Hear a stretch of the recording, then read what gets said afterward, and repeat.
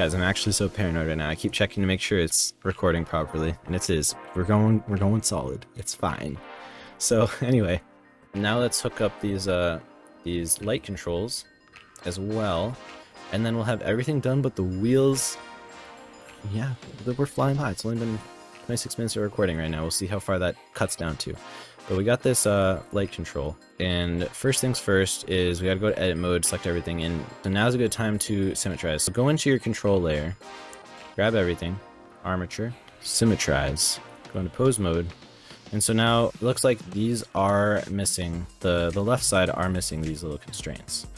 But we can pretty easily just select the one without the constraint, then select the one with the constraint, Control C, copy bone constraints. Same thing for over here, copy bone constraints.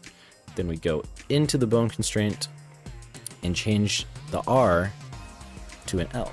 And same thing for right here, change the R to an L.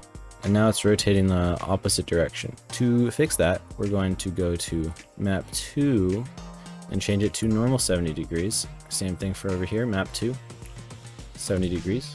And now we have proper door deformation again. Okay, so now it's symmetrical. Everything's working. And we want to actually use the same constraint here where this one's locked into place for the headlight and rear light ones, because we want those to pull out and make the lights turn on. So let's just select them up and then grab one of these, Control C, copy constraints. And so now that's the opposite direction we want. So how about we go and grab one of them and change that from 0 to, so it's set that to 0, and then the other Y to 1. Just set it to 1. And select all the other ones, grab the one we just changed, Control C, copy bone constraints. And you have to actually delete the old ones because they're bad. As you can see, they are all working good. Okay. So now all those constraints are in.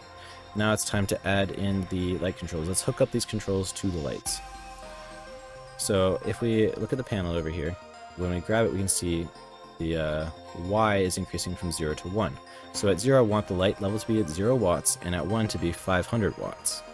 So if we just copy as a new driver, then we go to the light, and we paste it right in.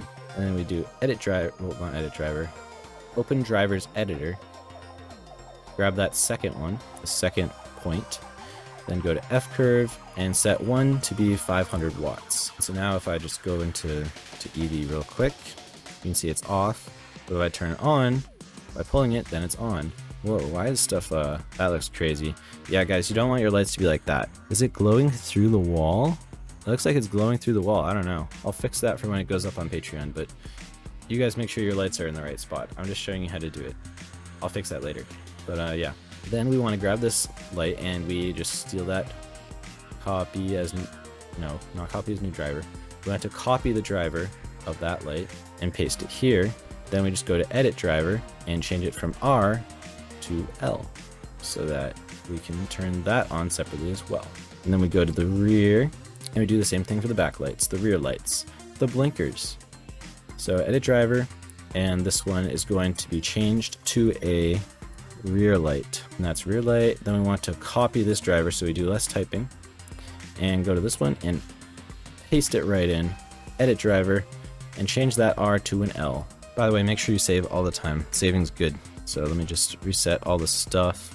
Now all those controls are set up. Only thing we have left to do is moving this car along the path and making the wheels do all those fancy wheel stuff that I was showing you guys in the beginning. So it'll be super exciting. I hope you guys stuck around. If so, thank you. I appreciate the support. I love doing this. Not joking, I do. So anyway, moving a car along a path. You want it, well, we want to move it along a curve instead of animating it by hand, because you're just not going to get as good a job by animating it by hand. So what we do is move cursor to the world origin, add in a curve. Let's say it's a Bezier curve. Go into edit mode, and let's just move that to the origin and grab the other handle. That's the right word. Move it along the X, move it along the Y. Well, how about we scale it up a whole bunch, rotate it a bit. So I'm just trying to get something that shows off the fact that the wheels are turning, so that you guys can tell more easily what's happening. Okay, so now we have that. We want this car to move along the path. Now, I'm sure you've made things move along paths before, but if not, this is how we're going to do it. Because we have this root bone moving everything, we can just add a constraint to follow path, and eyedropper the path. Let's rename that path while we're here to path underscore car path dot 001. Okay, and then we want to do fixed position and follow curve. Up axis is Y, forward axis. No, up axis is Z, forward axis Y. And so when you take the offset factor, let's leave edit mode. No, I'd leave pose mode. No, never mind, we need to be in pose mode. And we take the offset factor and move it. As you can see, the car goes along the path on a scale from 0 to 1. So now you might be like, okay, but I don't want to go into this tab all the time to move the car. It'd make animating just not fun anymore, because we want everything to be there and easy to use. So let's make it just a little bit easier for now, and then we'll make it even easier at the end if you guys want.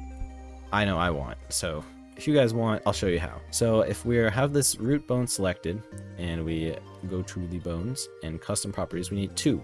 One to toggle on the car snapping to the path, and two to make it actually say how far along the path it needs to be. So let's add 1, 2, and let's call this one distance, and it's going to go from 0 to 100 with a default of 0, so it starts at the beginning, and 100 being 100%.